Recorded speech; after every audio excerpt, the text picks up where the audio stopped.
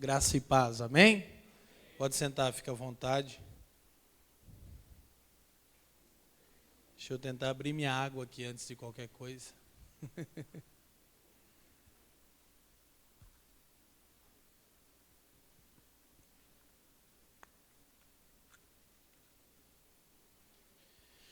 Queridos, estou muito honrado de estar aqui e falo isso com muita sinceridade e verdade no coração. Queria agradecer ao Douglas e a Val por não apenas me amarem, mas acreditarem naquilo que eu carrego da parte de Deus. Pastor Josué e esposa, muito bom estar com vocês. É uma honra e uma responsabilidade muito grande. Já há muitos anos eu conheço o seu ministério, fui criado na Assembleia de Deus e há muitos anos, não que o senhor seja muito ancião, né? O senhor deve estar com uns 27, 28, mas nós somos abençoados pelo serviço de vocês e poder de alguma forma retribuir e servir é maravilhoso. Obrigado pela honra, amém? E aos irmãos daqui eu já estou me sentindo de casa, amém? Estou fazendo amigos aqui e inclusive até agora, final de semana retrasado, recebemos alguns irmãos aqui de Bragança, no encontro que nós temos periódico, que visa servir e equipar líderes para a presente hora, que se chama Ajuntamento Efésios 1:10. Eu moro em Curitiba, no Paraná, sou casado com a Franciele Vieira já há quase 11 anos, sou pai do Benjamin Vieira, que tem 3 anos e meio, que também estava febril, muito febril, e eu estendi a oração do Davi ao meu filho, e eu entendo que realmente estamos na frente de batalha, Douglas, exigirá de nós uma postura no Senhor, porque não é fácil você sair em viagem e seu bebezinho de 3 anos que vive como um furacão, caidinho no sofá, e você sabe que isso tem a ver com algo que Deus vai fazer onde você está indo, amém? Mas nós cremos na soberania do Senhor e cremos no cuidado do Senhor para aqueles que nos pertencem. Queridos, nós vamos ter então 3 dias de muito ensino, de adoração, de treinamentos práticos. Enquanto o Douglas falava, eu estava discernindo e percebendo o ambiente e também olhando para o serviço de cada irmão que estará aqui ministrando. E olhando um pouco disso, embora eu não conheça o Felipe, que vai ministrar pessoalmente, conheço o Rodolfo, é um colega, estava com o Rodolfo há dias atrás, eu percebo que o meu papel vai ser fundamentar coisas e trazer um ensino sólido em cima de tudo aquilo que vai ser liberado aqui, amém? Esse é o papel meu, é aquilo que eu tenho recebido do Senhor, e eu queria pedir para você, olhe para mim, que você me desse de presente a sua atenção. Eu não acredito que você deixou sua casa por outra razão que não seja ouvir ao Senhor. E eu também não fiz isso por outra razão que não seja ouvir e comunicar aquilo que Ele está trazendo, a fim de que o seu povo seja edificado. Amém, querido? Então, de acordo com o que o Douglas falou, e eu acho fantástico como o Espírito Santo trabalha, Douglas, porque nós nem tivemos tempo para conversar, e o que você falou é uma base muito sólida para aquilo que eu quero compartilhar hoje. Como eu vou falar 4 vezes, é bom que vocês gostem de mim, eu vou construir um ensino, então eu vou lançar uma introdução agora, amanhã à noite eu falo novamente, sábado à tarde eu falo novamente. O meu serviço aqui vai ser em cima de uma única perspectiva, embora vamos olhar muitas coisas. Então eu quero que você compreenda isso.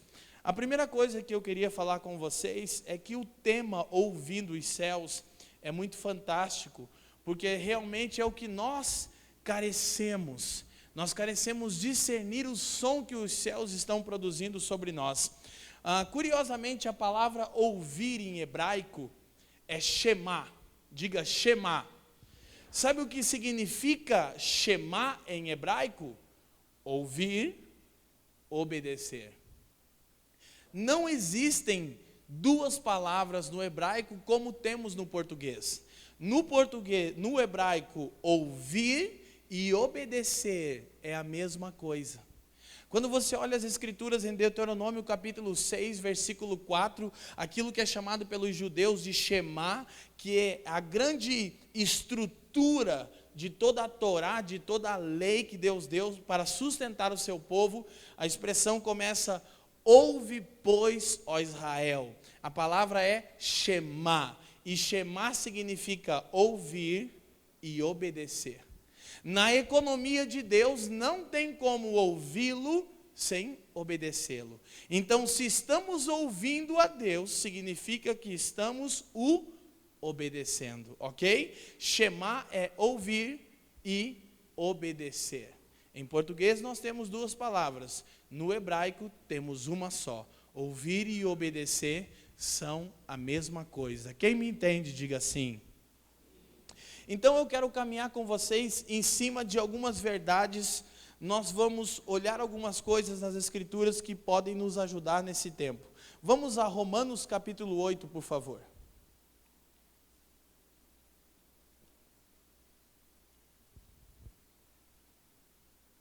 Romanos capítulo 8. Como o Douglas nos orientou, use seu bloco de notas, ok? Nós entendemos que uma das coisas mais importantes para a nossa geração é termos uma clareza do propósito eterno de Deus, daquilo que alguns chamam de economia de Deus, ou a sua maneira de administrar o seu plano. Isso é fundamental. O Douglas nos falou algumas coisas a respeito de um jardim, de uma cidade. Eu quero andar um pouco em cima disso, mas eu quero chegar primeiro no objetivo desse propósito, e então vamos tornar e construir uma verdade nas Escrituras. Quem achou Romanos 8, diga amém. Romanos capítulo 8, versículo 18. Estou absolutamente convencido de que os nossos sofrimentos do presente não podem ser comparados com a glória que em nós há de ser revelada. A própria natureza criada aguarda com vívido anseio a manifestação dos filhos de Deus. Porquanto a criação foi submetida à inutilidade, não por sua livre escolha, mas por causa da vontade daquele que a sujeitou, na esperança de que também a própria natureza criada será libertada do cativeiro da corrupção em que se encontra e receberá a gloriosa liberdade outorgada aos filhos de Deus. Versículo 22, sabemos que até hoje toda a criação, o que diz aí? Toda a criação geme e padece como em dores de parto. 23, e não somente ela, mas igualmente nós, que temos os primeiros frutos do Espírito também gememos em nosso íntimo, esperando com ansiosa expectativa por nossa adoção como filhos, a redenção do nosso corpo. Verso 26. Do mesmo modo, o Espírito que nos auxilia em nossa fraqueza, porquanto não sabemos como orar, no entanto, o próprio Espírito intercede por nós com gemidos inexprimíveis ou impossíveis de serem traduzidos por meio de palavras. Verso 28. Estamos certos de que Deus age em todas as coisas com o fim de beneficiar todos os que o amam e todos os que foram chamados de acordo com o seu propósito. Verso 29. Porquanto os que de antemão conheceu, também os predestinou para serem feitos conformes à imagem de seu Filho, a fim de que ele seja o primogênito dentre muitos irmãos. Amém, queridos? Então, olhe para mim, por favor. Romanos capítulo 8, na verdade toda a carta de Romanos, alguns estudiosos que consideram que se você tivesse apenas a carta de Romanos, você teria a mensagem completa do Evangelho. Isso é bem interessante, porque se você olhar minuciosamente, inclusive eu vi um livro ali, sobre o livro de Romanos, que eu recomendo que vocês comprem. Sobre uma exposição sobre Romanos, você pode encontrar Paulo sintetizando todo o plano de Deus. Quantos aqui têm interesse em conhecer todo o conselho de Deus? Digam amém. E como você se encaixa nesse plano, digam amém. Então, Romanos é um livro fantástico. E o capítulo 8, para sermos específicos, é um capítulo que, de certa forma, ele sintetiza aquilo que já está sintetizado no livro de Romanos. Se você precisa responder qual é o propósito de Deus, o versículo 29 te responde. Os que de antemão conheceu, também os predestinou para serem feitos conformes à imagem. Diga imagem. Imagem de seu filho, a fim de que ele seja o primogênito. Diga primogênito. Dentre muitos irmãos. É curioso notarmos que o Evangelho de João apresenta Yeshua, apresenta Jesus como o Filho unigênito de Deus. As Escrituras dizem, porque Deus amou o mundo de tal maneira que deu seu Filho. Mas o livro de Romanos apresenta Yeshua como o primogênito de Deus. Ao passo que João apresenta ele como unigênito, único, Paulo apresenta ele como primogênito, o primeiro de uma nova raça, de uma nova e grande família.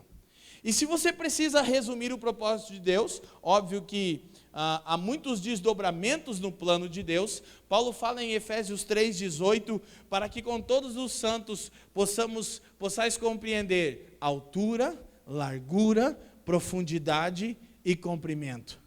Ou seja, o propósito de Deus tem todos esses aspectos. Ele é alto, largo, profundo e comprido. E Paulo diz que essa compreensão só é possível com todos os santos. O que eu aprendo com isso? Que Deus não fechou monopólio com ninguém. Cada um recebe clareza de um ângulo do propósito de Deus. Talvez o Douglas entenda um pouco sobre altura, talvez o pastor Josué sobre largura, talvez eu sobre profundidade e você sobre comprimento. Então precisamos parar para conferir. Preste bastante atenção. Qual é o que está escrito aqui em vermelho? Você consegue ler? Aqui embaixo. O que está escrito ali? O que está escrito? Conferência. O que é uma conferência, se não uma reunião para conferir? Então, se nós estamos falando sobre ouvirmos o céu, sobre propósito eterno, sobre um funcionamento original, estamos falando sobre conferência, então nós precisamos parar para conferir. Muito mais do que apenas celebrarmos a Deus, e isso é bom, muito mais do que apenas cantarmos ao Senhor, e isso é bom, nós queremos parar aqui para conferir coisas espirituais com aqueles que são espirituais. 1 Coríntios 2,13, Paulo fala isso. Agora, se precisamos então resumir de um aspecto do propósito de Deus, Ele está nos devolvendo aquilo que nós perdemos na queda. E o que perdemos na queda? A imagem. Então Paulo fala que os sofrimentos do tempo presente não hão de se comparar com a glória que em nós há de ser revelada. E ele vai construindo para chegar no versículo 29 e dizer que todas as coisas, 28, contribuem para o bem daqueles que amam a Deus e foram chamados segundo o seu propósito. E então no 29 falar qual é o propósito. É que sejamos semelhantes, imagem e semelhança. É que sejamos feitos conforme a imagem de seu Filho, que é o primogênito dentre muitos irmãos. Agora, qual é o contexto de Romanos 8? Eu pedi que vocês lessem algumas palavras. O versículo 22 fala que toda a criação geme, diga gemido, como que em dores de parto. O versículo 23, Paulo fala que todos aqueles que têm os primeiros frutos do Espírito, aqueles que nasceram de novo, que nasceram da água, que nasceram do Espírito, também gemem, aguardando a adoção de filhos, que é o quê? A redenção do nosso corpo. É quando no nosso corpo mortal teremos novamente a imagem daquele que nos criou.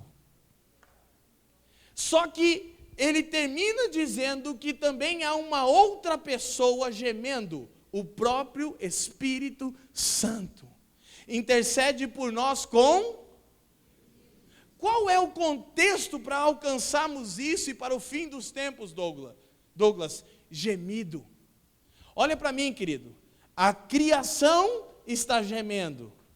Os filhos maduros de Deus estão gemendo. O Espírito Santo está gemendo. Qual é a analogia de Paulo? Dores de parto. Uma mulher que está num processo de dores de parto e contrações, a fim de que o seu filho venha à luz. O que eu quero dizer com isso? Que é maravilhoso estarmos numa conferência como essa, super bem organizada. Parabéns, e a propósito, tudo que vocês fazem é com muita excelência. Isso é notório, não precisa ninguém falar, eu já estou aqui a 4ª vez. Agora, essa é a parte gostosa, essa é a parte maravilhosa. Ouvimos uma boa palavra, ouvimos um bom cântico, agora o dia a dia não é assim. O Pai está chamando uma geração para se tornar parte daquilo que Ele está fazendo.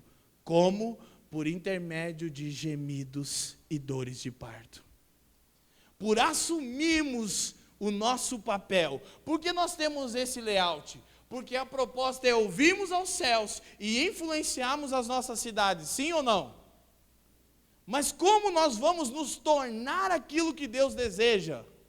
Se nos submetemos ao novo nascimento. Vamos chegar lá, eu vou explicar isso com clareza. Mas não há nascimento sem gemido e dores de parto. Quem me entende, diga amém. Então eu quero ser breve aqui, porque eu vou construir, olhe para mim, nos outros dias, algumas declarações que eu vou fazer. Talvez você vai pensar um pouco rápido, mas é que eu sei que eu terei mais tempo, então eu vou tornar, explico, lanço fundamento, explico, ok? Hoje eu vou só introduzir e eu quero aquecer o coração de vocês com verdades de Deus que dizem respeito a vocês e a mim, amém? A imagem que nós perdemos na queda, curiosamente, é uma coisa fantástica. Se nós olharmos para Gênesis, e obrigado, Douglas, por ouvir o Espírito Santo e fundamentar bem isso. Se nós olharmos para Gênesis, nós vamos perceber uma coisa. Qual foi a primeira reação em cadeia após a queda? Na realidade, quando a mulher come o fruto, e ela dá ao seu marido e ele come, quando Deus dá a sentença a eles, a primeira coisa evidente... Eles morreram espiritualmente, mas não fisicamente. A primeira evidência qual foi? Olhe para mim. A terra se rebelou contra o homem. Qual era a função de Adão em Gênesis 2? Deus o coloca no jardim, Gênesis 2,15. E Deus dá um mandamento para Adão. Cultivar e guardar. Diga, cultivar e guardar. Nós vamos desenvolver isso. Mas eu já vou declarar agora, nós trocamos a mentalidade de cultivo pela mentalidade de exploração. E as nossas cidades, Douglas, são construídas a partir de Caim e de Babel, e eu vou explicar isso sábado à tarde, sempre sobre o mesmo fundamento, exploração. E é por isso que a forma com a qual as nossas cidades são estruturadas, elas manifestam nossa rebeldia contra Deus. Fica tranquilo, eu vou explicar isso. É extremamente importante. Se queremos influenciar cidades, ok, vamos primeiro para o modelo original. Quantos me entendem? Digam sim. Então, sabe quando Deus diz, produza a terra espinhos e abrolhos? Olhe para mim. Se Adão era um lavrador da terra, e ele tinha que lidar com o solo, mas agora o solo iria produzir espinhos e abrolhos, o que você está vendo? Que agora a terra, que devia ser administrada pelo homem, está rebelada contra ele. Quem me entende, diga assim. Você sabe por que nós estamos vendo tornados, furacões, enchentes? Olha para mim. E Yeshua diz em Mateus 24 que isso são as dores de parto, o princípio das dores. Querido, olha para mim, nós queremos mesmo ser uma geração que vai trazer o céu para a terra ou queremos brincar de casinha? Porque se nós queremos ser, olhe para mim, eu não serei a pessoa que vou ficar eternamente servindo papinha para os jovens. Se nós queremos crescer, sabe como a igreja cresce? Ela é um organismo, ela cresce por nutrição, por ser bem alimentada. E o meu papel eu vou fazer com zelo e temor. Quem me entende, diga amém. O que nós precisamos é de apetite pela mesa do reino de Deus. Sabe por que não temos apetite? Porque estamos nos alimentando da mesa do mundo. Estamos como aquela pessoa que está fazendo um churrasco e ela está beliscando. Quando tudo está pronto, ela não tem mais fome. Ela ficou beliscando. Sabe o que muitos de nós estão fazendo? Estamos beliscando na mesa do mundo. E quando diz a respeito das coisas do reino, da mesa do reino, não temos fome. Essa mesa é fantástica. Talvez você não entenda por que colocou. É porque o Senhor disse, tudo está preparado. Mas todos aqueles que haviam dito que iriam, Douglas, Lucas 14, um a um começaram a desculpar-se. E todas as desculpas de Lucas 14 não são pecado em si.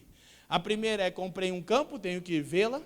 A segunda é comprei uma junta de boi, tenho que testá-la, não é pecado você ter uma propriedade, não é pecado você ter um instrumento de trabalho, um carro de trabalho, seria equivalente à junta de bois. E a terceira é casei-me, não posso ir. É pecado se casar? Se eu falar isso, o pastor Josué manda desligar meu microfone, né? Agora o que acontece? Olha para mim. Todos os que haviam se comprometido com a ceia em Lucas 14, quando chegou o dia de sentar e comer, estavam saciados com coisas que Deus nos deu para nos servir e não para nos suprir. Porque a minha fome tem que estar em Deus. Quem entende, diga amém. E nós crescemos por nutrição. Agora preste bastante atenção no que eu estou dizendo, olhe comigo a construção. Deus cria todas as coisas, cria céus e terras não são duas realidades distintas. Elas estão interligadas, elas funcionam interligadas, e é por isso que o Senhor nos ensinou a orar, venha a nós o teu religar. Isso significa religião em latim. Agora, para religar, nós temos que ouvir primeiro. E entender que ouvir é funcionar. Olhe para mim e preste atenção. Você pode entender. Eu tenho escutado de alguns pastores, pastor Josué, a expressão assim, Leandro, você dá um alimento muito sólido para os jovens. Mas eu falo, mas espera aí, eles entendem tudo de tecnologia e nada de Bíblia? Eles estão comendo da mesa errada. Sim ou não? Eu fico impressionado, meu filho tem 3 anos e meio, ele pega o tablet e faz coisa que nem eu sei fazer direito. O que eu e você precisamos é de zelo e amor pelas coisas do Senhor. O que nos impede de entender chama preguiça e indiferença. Só isso. Sim ou não? Então preste atenção. Deus cria todas as coisas, céus e terra são uma única realidade, e Ele ordena ao homem que administre a terra a partir da sala de governo, que é o trono de Deus, que é os céus. A queda rompe essa ligadura e a terra que outrora se submetia ao homem passa a se rebelar contra o homem. Escute, quando Yeshua está no barco, em Marcos, ele está durante uma tempestade e o que acontece? Ele está dormindo, os discípulos estão acordados. Curiosamente, esse tem sido um problema dos crentes. Quando eles estavam com medo de morrer, eles estavam super acordados. Mestre! E Yeshua dormindo. Quando Yeshua estava indo para a cruz para morrer, precisando deles, eles estavam dormindo. A maioria de nós, quando é a respeito das nossas necessidades, nós estamos bem acordados. Quando é a respeito de sermos cooperadores do que Deus está por fazer, estamos dormindo. E o que Yeshua faz quando acorda? Ele vai na popa do barco e diz para aquela tempestade, paz. E eles ficam maravilhados, dizendo uns aos outros, quem é este? Que até o vento e o mar lhe obedecem. E a ideia de Yeshua não era impressioná-los com o milagre, porque todos os milagres são sinais. João não usa a palavra milagre no seu evangelho, ele usa sinal, porque ele compreendeu que apontava para algo. Sabe o que Yeshua estava dizendo? Se vocês aprenderem a ouvir e funcionar sobre a legislação do reino, a criação vai se submeter de novo a vocês. Quando ele disse paz, a tempestade, os ventos e o mar reconheceram que era a mesma voz de Gênesis 1. Sabe qual é o nosso desafio? Falar o que Deus está falando. Como? Se primeiro ouvirmos a Ele. Quem me entende, diga amém. Então, repito que eu vou construir isso rapidamente. Olhe para mim. O que fez a terra se rebelar contra o homem e não mais se submeter a ele? O homem perdeu a imagem. Sabe o que a palavra imagem significa em hebraico? Tselem. Sabe o que é tselem? Sombra, reflexo. Sabe por que a natureza se submetia a Adão, Douglas? Porque a terra via Deus no homem. Porque quando Deus vinha no jardim, projetava sua pessoa sobre Adão. Escuta, eu vou explicar isso melhor amanhã. Lembra de Moisés? Quando ele entrava no tabernáculo? O que acontecia quando ele saía? Sua face. Quando Deus se projetava sobre Adão, sempre que ele vinha no jardim, Adão começava a ordenar a terra. E o que a terra estava vendo não era Adão, era Deus em Adão. E quando Adão desobedeceu, ele perdeu a imagem. E o que Paulo diz? Que Yeshua veio para a terra nos devolver a imagem. Por que a criação está rebelde contra nós? Porque ela não vê Deus em nós. Ela não reconhece a autoridade em nós ainda. E o que nós temos que entender é isso. Mas eu vou passar rapidamente porque eu vou falar nisso nesses 3 dias. E olhe para mim, eu não tenho problema em repetir. Eu já entendi que minha geração precisa de ensino sólido das verdades de Deus. Eu sou alguém insistente. A propósito, eu tenho ensinado a mesma coisa há muitos anos. Eu tenho só uma mensagem, propósito eterno. Daí eu falo de tudo que eu quiser. Essa é uma boa saída para os pregadores. Querido, quando Deus ordena Adão, em Gênesis capítulo 2, Deus ordena a Adão que cultive e guarde o jardim. Diga cultivar e guardar.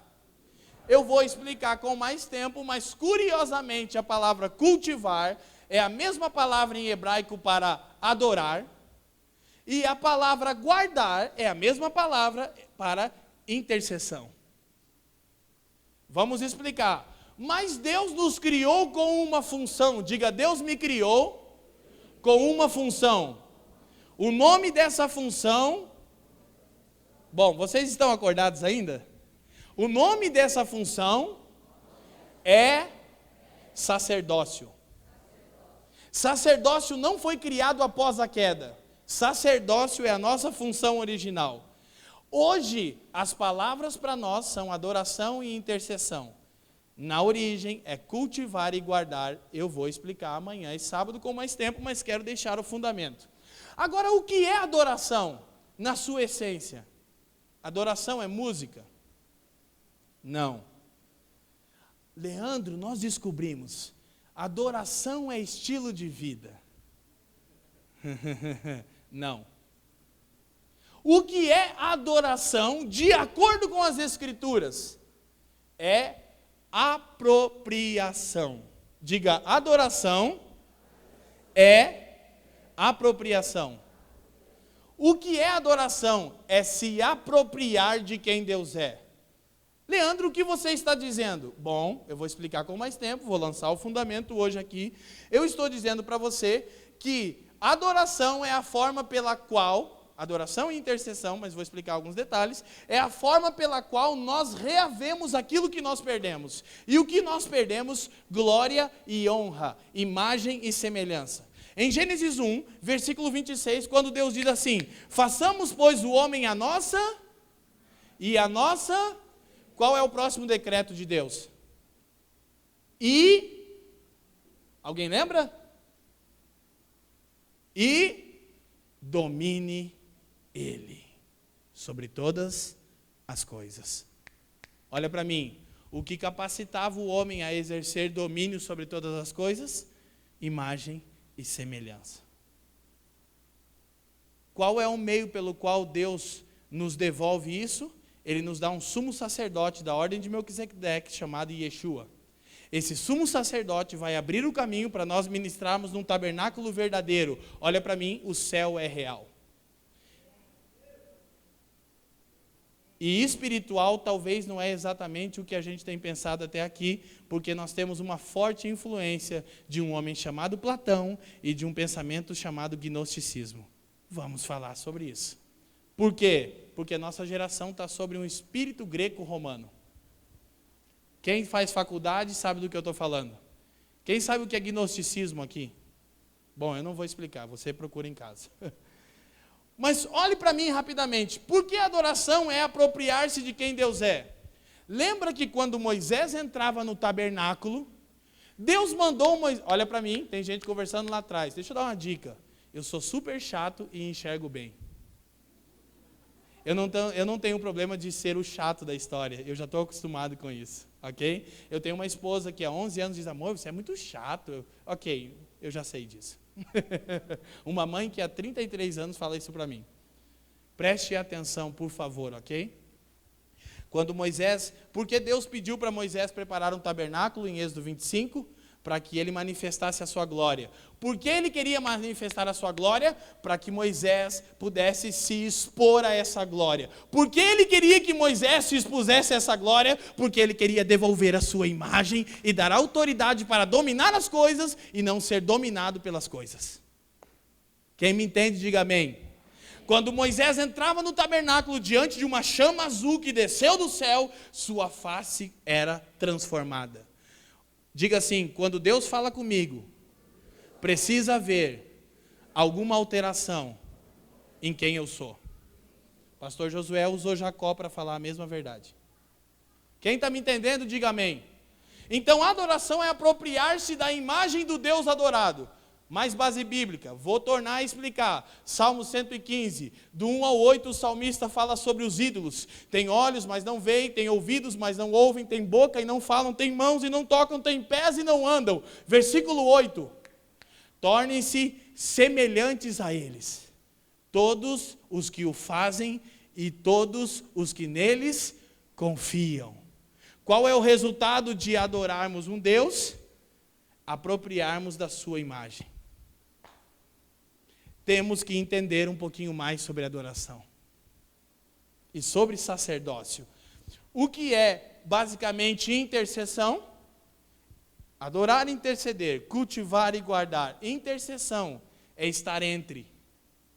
É a capacidade que nós temos de acessar duas realidades, Douglas. Deus criou o homem com essa capacidade. Deus deu para o homem um corpo natural e deu um corpo espiritual para poder acessar duas realidades distintas. O que é intercessão? É ser parte, ser veículo do que Deus está fazendo na terra. O que é intercessão? É ser colocado dentro daquilo que Deus está fazendo. Sabe o que a intercessão bíblica faz com nós? Olhe para mim. Nos coloca dentro do que Deus está fazendo e nos faz administradores de tudo que Ele está fazendo. Quantos me entendem, digam amém. Ok, eu vou correr com isso, mas nós vamos chegar aonde nos interessa hoje. Uma das coisas muito importantes, abra sua Bíblia em Efésios capítulo 1. Efésios é meu livro predileto, lembra disso?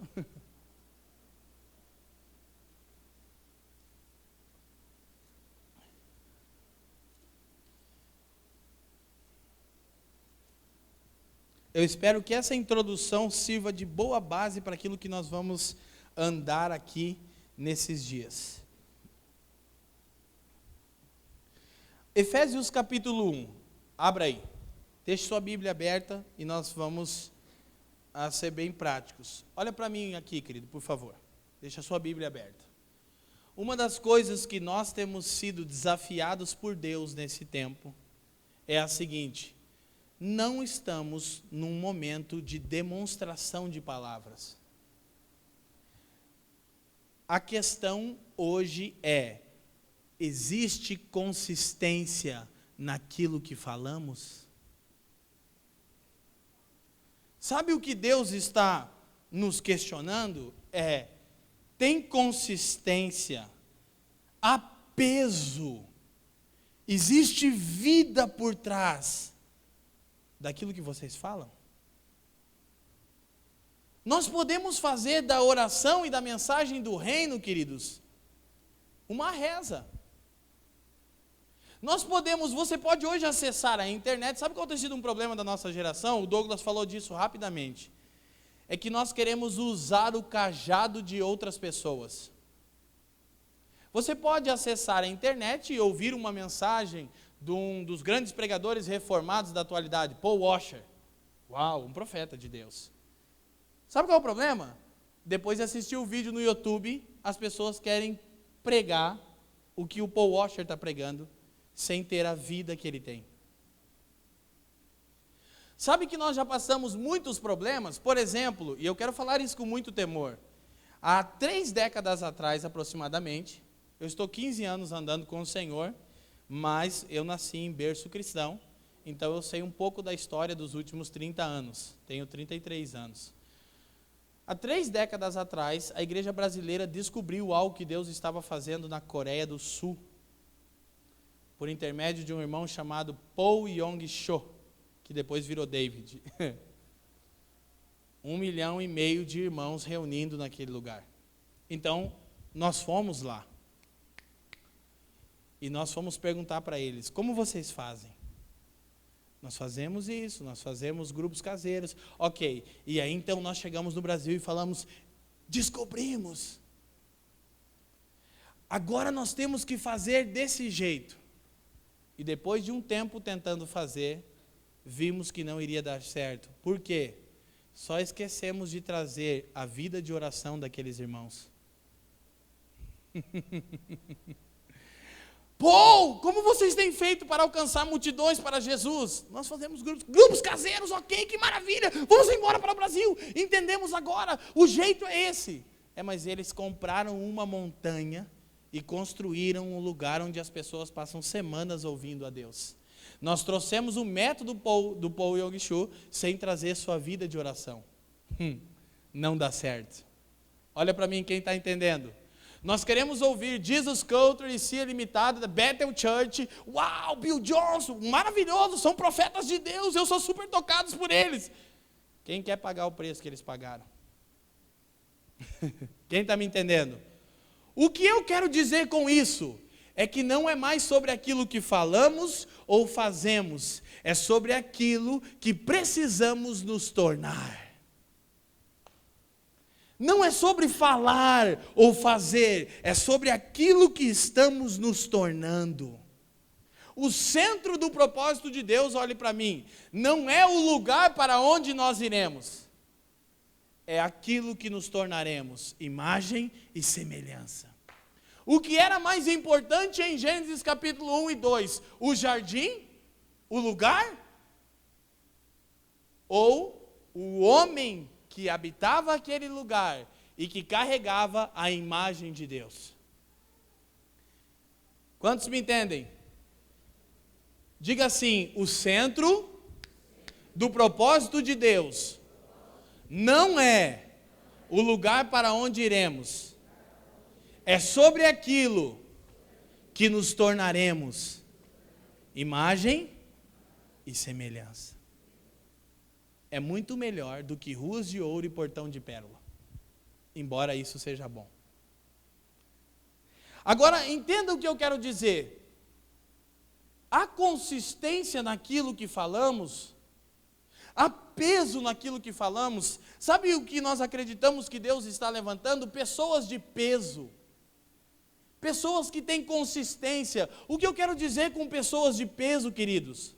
Curiosamente, a palavra glória em hebraico é Shekinah, significa uma coisa pesada.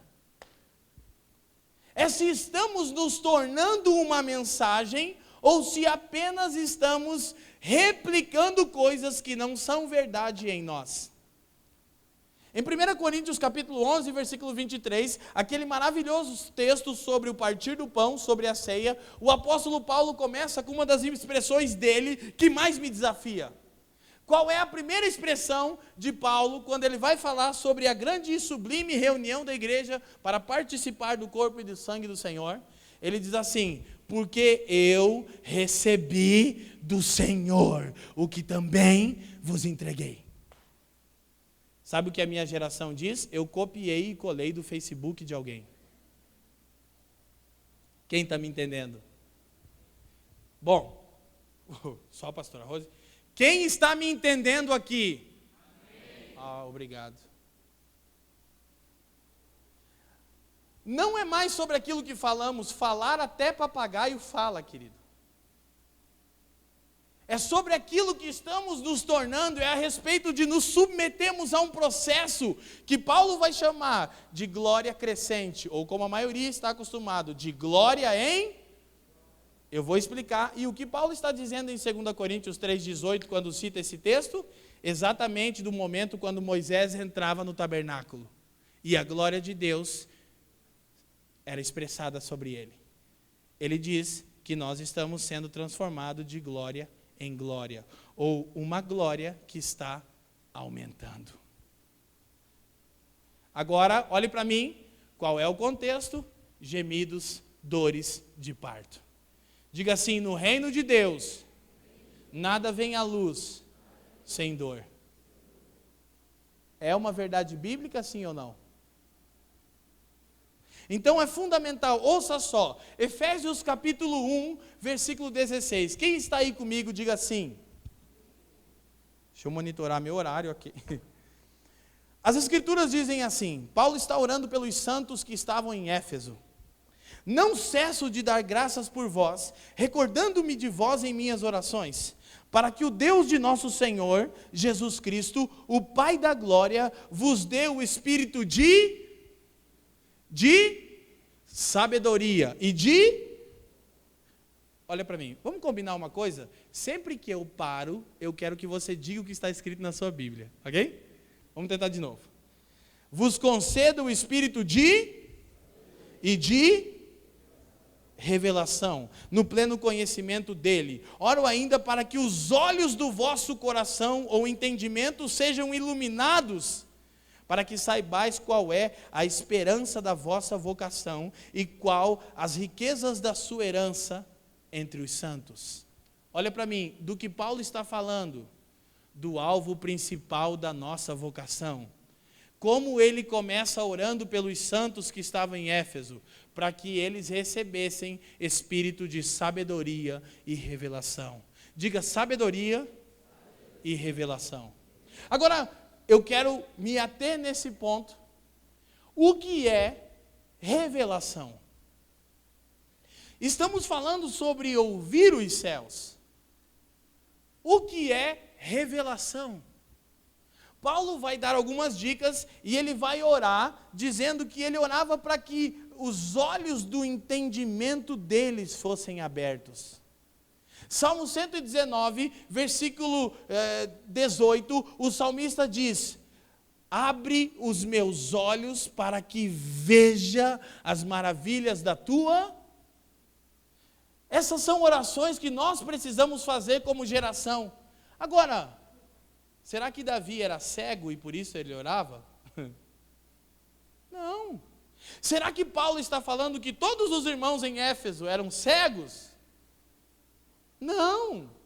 Ele está falando sobre ver as coisas como realmente elas são. Ver o mundo real, o mundo que Deus habita. O mundo real não é este mundo, é o mundo que Deus habita. Agora preste atenção, sabedoria e revelação, espírito de sabedoria e revelação, não é um espírito que vem da parte de Deus sobre nós, não é isso que Paulo está falando. Se você ler toda a carta, ele vai falar sobre o nosso desenvolvimento, ele fala sobre nós crescermos no nosso homem interior, diga homem interior, diga homem espiritual, diga novo homem. São todas expressões da doutrina paulina para falar desse novo homem que foi reavivado com o sacrifício de Cristo na cruz. Ele está falando sobre desenvolvermos o nosso espírito e termos sabedoria e revelação. Agora, o que é revelação? Revelação não é adivinhação. Revelação significa revelar a ação. Diga, revelação quer dizer revelar a ação. Pronto, simples. O que Paulo está falando sobre termos revelação é sobre vermos o que Deus está fazendo. É sobre termos a ação de Deus revelada. É sobre compreendermos o que Deus está fazendo. Ora, queridos, o que Yeshua disse sobre ele mesmo em João capítulo 5. No verso 16, ele cura um homem no sábado e os fariseus começam a persegui-lo. Ele responde assim, no verso 17, meu pai trabalha até agora e eu também trabalho. O que Yeshua está dizendo? Eu posso ver o que o meu pai está fazendo. E porque meu pai está trabalhando, eu me torno parte, cooperador. Opero juntamente com ele. E ele vai explicar um pouco melhor no versículo 19, quando diz, o filho não faz nada por si mesmo. Ele só faz o que vê o pai fazer. O que ele está nos ensinando? A desenvolvermos o nosso homem espiritual. A vermos o que o Pai está fazendo. Revelação significa revelar a ação. É sabermos o que Deus está fazendo hoje. É termos clareza do que Deus está falando conosco. O Douglas explicou aqui rapidamente que o método é relativo ao tempo. O que isso quer dizer? Para todo propósito, há um tempo e um modo. Eclesiastes 8:5. O que a Escritura quer dizer? Que em cada tempo, Deus nos dá uma maneira de agir que serve para cumprir o propósito daquele tempo. Quem me entende, diga amém. Diga, para cada tempo, há um propósito. Para cada propósito, há um modo, há um método. Só que nós não entendemos essa transição e essa ação de Deus e ficamos insistindo em coisas que Deus nos deu, olhe para mim, mas que serviram por um tempo passado. E que não devem ser descartadas, se tornaram como marcos. Provérbios 22:28, a Escritura diz, não removam os antigos marcos que os teus pais puseram. Nós não queremos remover o que a geração do pastor Josué fez. Por quê? Porque o que eles fizeram nos trouxe até aqui. Agora Deus está trocando o bastão. É uma corrida de revezamento. Olha para mim, presta atenção. Rapidamente você pode entender o que eu estou falando. Em Hebreus capítulo 11 e capítulo 12, isso está muito claro. O que nós temos em Hebreus capítulo 11? Nós damos um nome para Hebreus capítulo 11. Qual é? A galeria dos heróis da... Não é o nome que a Bíblia dá. Por quê? Porque daí nós ficamos admirando aqueles homens e pensando, uau! Como foram homens de Deus, cara. Puxa, que coisa gloriosa, olha para mim. Não é essa a intenção do autor de Hebreus. Porque no capítulo 12, e lembre-se que a Escritura não tinha capítulos e versículos, ele segue falando o que ele fala no versículo 1 do capítulo 12. Portanto, visto que temos a rodear tão grande nuvem de testemunhas. Olha para mim, qual é o nome de Hebreus 11? A nuvem de testemunhas. Qual é a nuvem de testemunhas? Todos os santos que cumpriram a sua parte no propósito e hoje estão na expectativa que nós corramos firmemente a carreira que nos está proposta. Você já viu uma corrida de revezamento?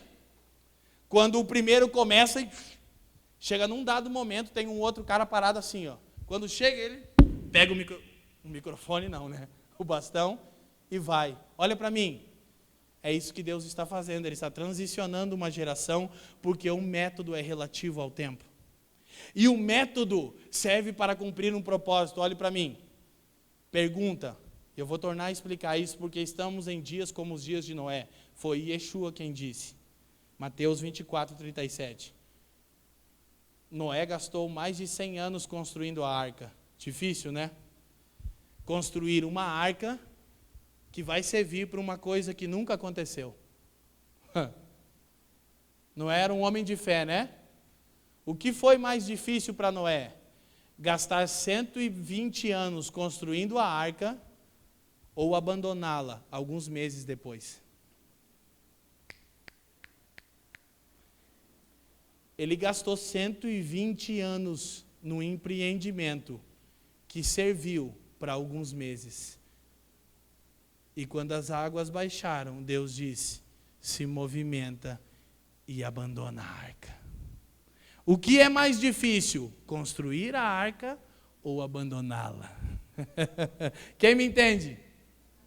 Ok, vamos rapidamente. Então, sabedoria e revelação. Revelação é revelar a ação, é ver o que Deus está fazendo. Olha que coisa maravilhosa. O que é revelação? É ser colocado dentro daquilo que Deus está fazendo. O que a revelação faz comigo e com você, olhe para mim, ela nos coloca dentro, nos torna parte daquilo que Deus está fazendo agora. O autor de Hebreus usa algumas vezes a seguinte expressão: o dia que se chama hoje. E ele está falando de passado, presente e futuro. Sua carta é sustentada por Hebreus 13:8. Jesus Cristo é o mesmo ontem e o será. Ele fala do primeiro pacto, ele fala dos seus dias e ele fala do reino vindouro e inabalável no capítulo 12. E diz sobre o dia que se chama hoje. O que ele quer dizer com essa expressão? O dia que se chama hoje. Ele está dizendo que Deus se move e atua num espaço de tempo chamado agora. É por isso que ele diz: hoje, se ouvides a voz do teu Deus, usando as palavras que Davi disse, e Davi usou de Moisés. Hoje, se ouvides a voz do teu Deus, não endureçais o vosso coração. Olha para mim, gente. Nós vamos fazer a curva final para encerrar. O que a revelação faz conosco? Nos revela a ação, nos revela o que Deus está desenvolvendo, nos empurra para dentro daquilo que Deus está fazendo. Carinhosamente, empurra o irmão do seu lado, por favor, empurra ele com respeito. Sabe o que nós precisamos? Ser empurrados por Deus para dentro daquilo que Ele está fazendo. Amém? Amém, irmãos? Então, revelação é nos colocar dentro daquilo que Deus está fazendo, mas a revelação também denuncia uma coisa. Revelação denuncia o nosso estado ineficaz. Ela denuncia que Deus estava fazendo algo e nós não estávamos envolvidos com isso. Queridos, chega de fazermos uma lista e dizermos para Deus o que Ele tem que fazer por nós no próximo ano. Que tal, olha para mim, que tal tentarmos ver o que Ele está fazendo e pedirmos para que Ele nos coloque dentro disso? Meu pai trabalha até agora e eu me envolvo no que ele está fazendo. Não é ele que se envolve no que eu estou fazendo. A revelação, pastor Nagai, nos empurra para dentro disso. Ela nos tira da inércia, ela denuncia o nosso estado ineficaz, mas glória a Deus, ela nos coloca dentro do que o Pai está fazendo. Agora, Paulo não ora apenas por revelação, ele ora também por sabedoria. Abra sua Bíblia rapidamente em Eclesiastes capítulo 10 e vamos ler mais um texto, ou dois no máximo, para respeitarmos o nosso horário e encerramos. Quantos estão acompanhando comigo? Digam sim. Abra em Eclesiastes capítulo 10.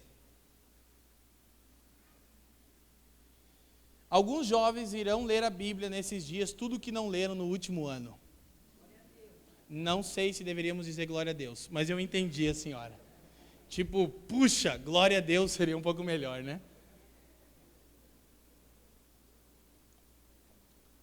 Querido, abre um parênteses aqui. Olha para mim. Um dos maiores desafios que a nossa geração vai precisar enfrentar chama distração. Diga distração. Porque tudo que hoje existe para roubar a nossa atenção. Dias atrás eu ministrava num congresso de jovens e antes de eu pregar, eles cantavam uma música que diz: livre para correr, livre para dançar, eu sou livre. Que lindo, que bonitinho. E o Espírito Santo diz para mim, então pergunta para eles se eles são livres para ficar 30 dias sem usar o Facebook. Perdeu a graça. Quem está me entendendo? Quem aqui quer ser mudado por Deus, diga amém. Sabe o que pode te mudar? A palavra de Deus, cara. Sabe o que nós precisamos? Sermos imersos na palavra de Deus. Não precisamos de eventos. Evento é vento. Nós precisamos nos submeter a processos. Amém? Olha para mim. Eclesiastes 10:10. Quem abriu, diga assim. Vamos lá, eu tenho que encerrar em 10 minutos. É isso, né? Eu não marquei bem meu horário, Douglas. Eu acho que é, né? 10 minutos eu encerro. Quem me dá 10 minutos para encerrar, por favor? Vamos ser aqui correto. Levanta a mão. 10, 20, 30, 40, 50, 60, 70, 80. Eu fecho aqui. 80 minutos eu consigo. Vamos lá. Vamos ter bastante.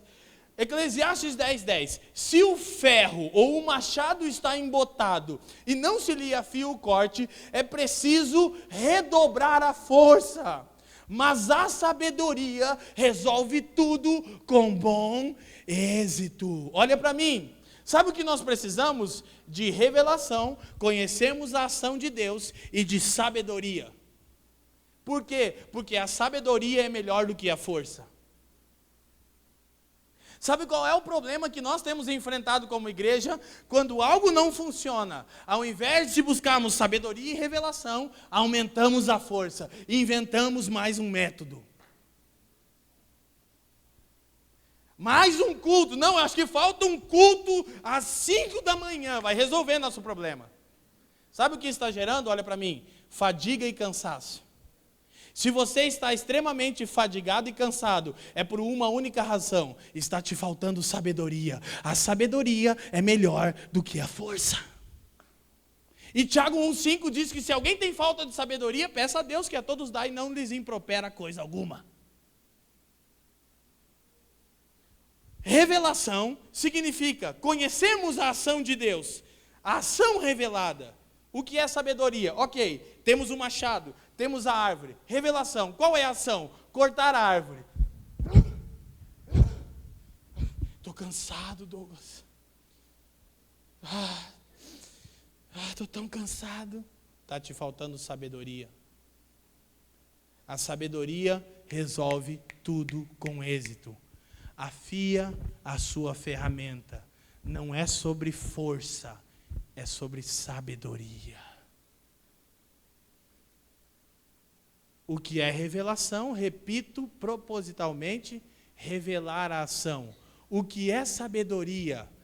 Habilidade para pôr em prática a ação revelada. Sabedoria é a habilidade para pormos em prática a ação revelada. Sabe o que nossa geração precisa? Sabedoria e revelação. Desenvolvendo o nosso homem interior. Não adianta redobrar a força. Curiosamente, sabe o que é habilidade? É unção. O primeiro homem que foi ungido na Bíblia, Deus disse a Moisés, eu ungi Bezalel. Para quê? Para fazer um trabalho no tabernáculo.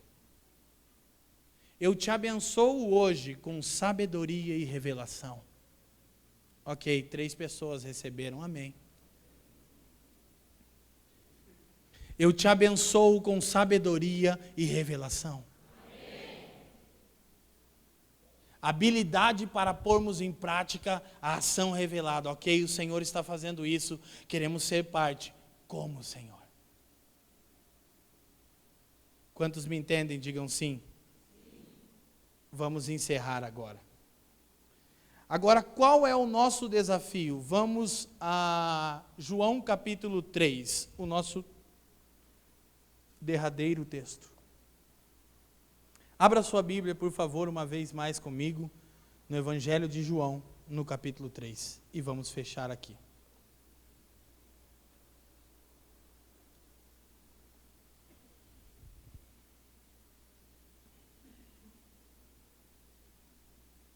Qual é a base de tudo que eu estou falando nessa introdução? Não é mais sobre aquilo que falamos ou fazemos, é a respeito do que precisamos nos tornar. João capítulo 3. Havia entre os fariseus um homem chamado Nicodemos, membro do Supremo Tribunal dos Judeus. Ele de noite procurou a Jesus e lhe disse: Rabi, sabemos que és mestre vindo da parte de Deus, porque ninguém pode realizar os sinais que você faz se Deus não estiver com ele.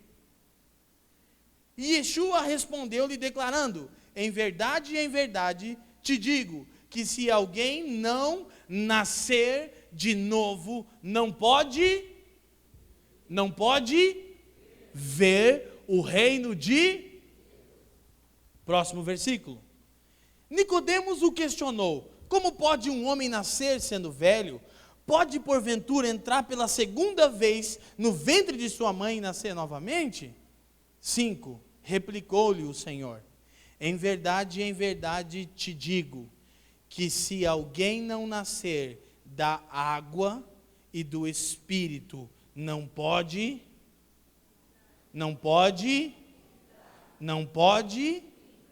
entrar no reino de Deus. E aqui eu encerro esse primeiro momento. Olhe para mim. Nicodemos percebeu algo. Quantos aqui nesse salão hoje conseguem perceber que Deus está fazendo algo? Levantem a mão e digam amém. Ok, nem sempre é bom levantar a mão. Vocês todos estão na condição de Nicodemos. Nicodemos percebeu, pastor Josué, algo de Deus. E ele chegou a Yeshua e disse assim: sabemos que você vem da parte de Deus, porque ninguém pode realizar os sinais que você faz se Deus não estiver com ele. Yeshua disse: ok, você percebeu, mas na verdade você não está vendo com clareza. Nicodemos, se alguém não nascer de novo, olha o gemido e as dores de parto, não pode ver. Olha para mim rapidinho. Quando o homem e a mulher comeram o fruto proibido, Gênesis 3, versículo 6, o que as escrituras dizem? Então os seus olhos estavam fechados? Eram cegos? O que a Escritura está nos ensinando, vou explicar no decorrer das minhas palestras. Quando o homem desobedeceu, ele criou um outro mundo, Douglas. Uma nova cosmovisão, uma nova maneira de ver o mundo. Independente de Deus. Quando Yeshua vem, ele disse: Nicodemos, você tem que nascer de novo para ver o reino de Deus. Porque o mundo que você vê foi criado a partir da queda. A sua cosmovisão, cosmos em grego, mundo, ordem das coisas. Cosmovisão quer dizer a base sobre a qual você vê tudo ao seu redor. A sua cosmovisão é consequência do pecado. Eu quero te ensinar a ver. Como?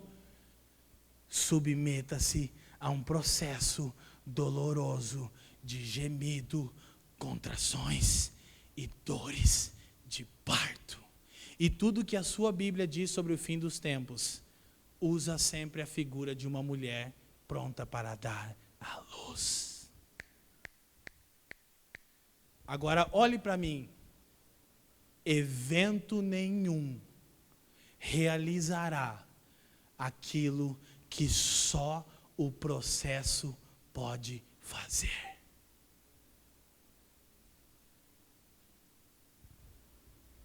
Repita comigo. evento nenhum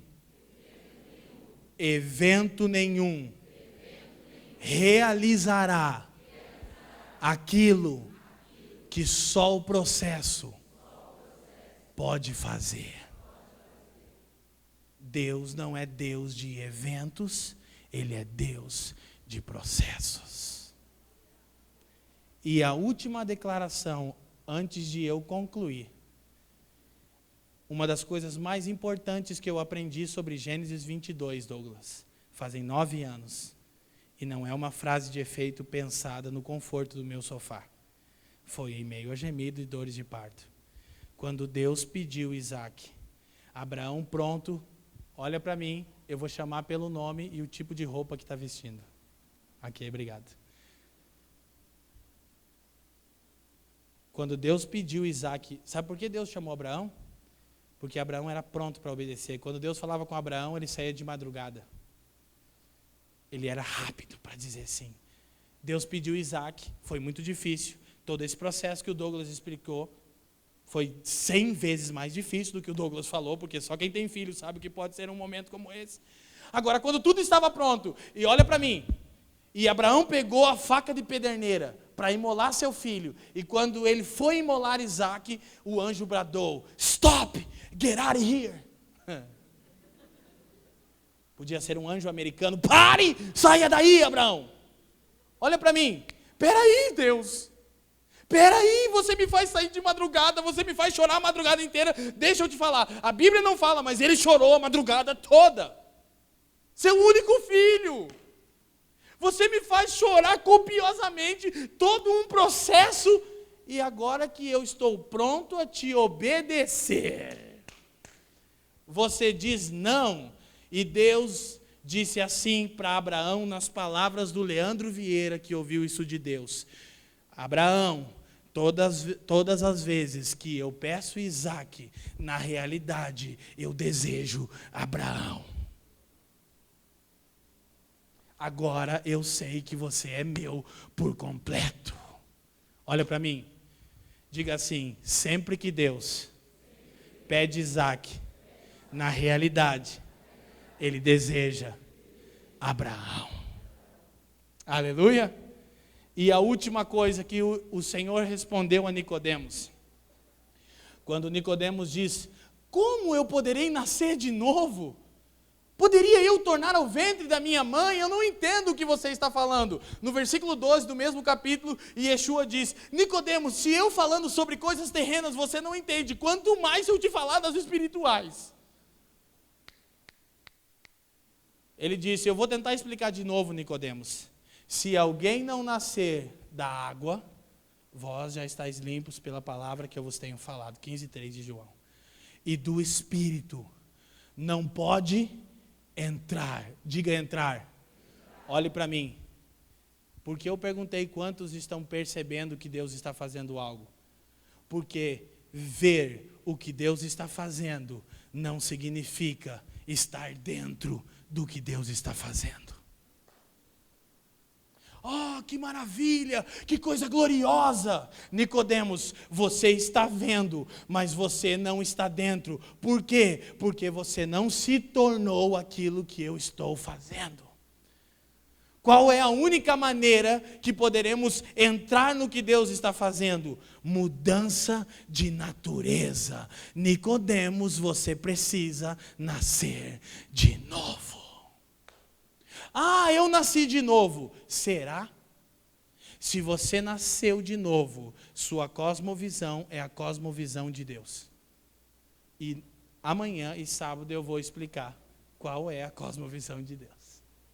E se nós percebemos que não é a nossa, então se ouvirmos a voz de Deus, temos a oportunidade de não endurecer os nossos corações. Ver o que Deus está fazendo não significa estar dentro, ser parte do que Deus está fazendo. Só há uma maneira de sermos parte do reino de Deus: mudança de natureza. Olha para mim. Quais foram as duas únicas coisas que Deus fez com suas próprias mãos? Eu me empolgo, eu já quero ensinar mais 1 hora. Eu tenho amanhã 1 hora, né?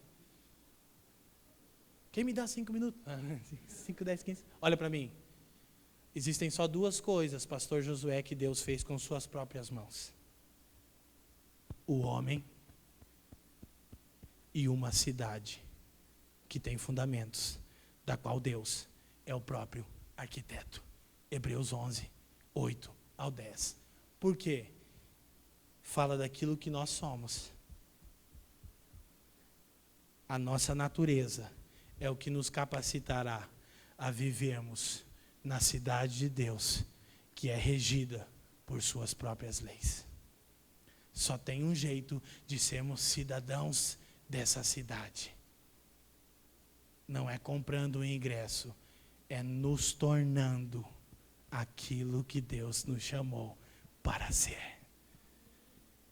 Ele fez você com as mãos dele e fez uma cidade para que eu e você habitemos nela. Mas a última exortação de hoje é que essa cidade é uma tipificação do reino. E todo o reino tem um rei, súditos, leis e um lugar. O rei nós sabemos quem é. Se nós somos súditos, vamos obedecer a sua legislação. Se obedecermos, vamos ter entrada nesse lugar. Feche os seus olhos. Pai, nós queremos louvar ao teu nome por intermédio do teu Filho. Pai, nós clamamos hoje, Senhor, por todos aqueles que amam o teu nome, não apenas nesse salão, mas toda a sua igreja em Bragança Paulista, Pai.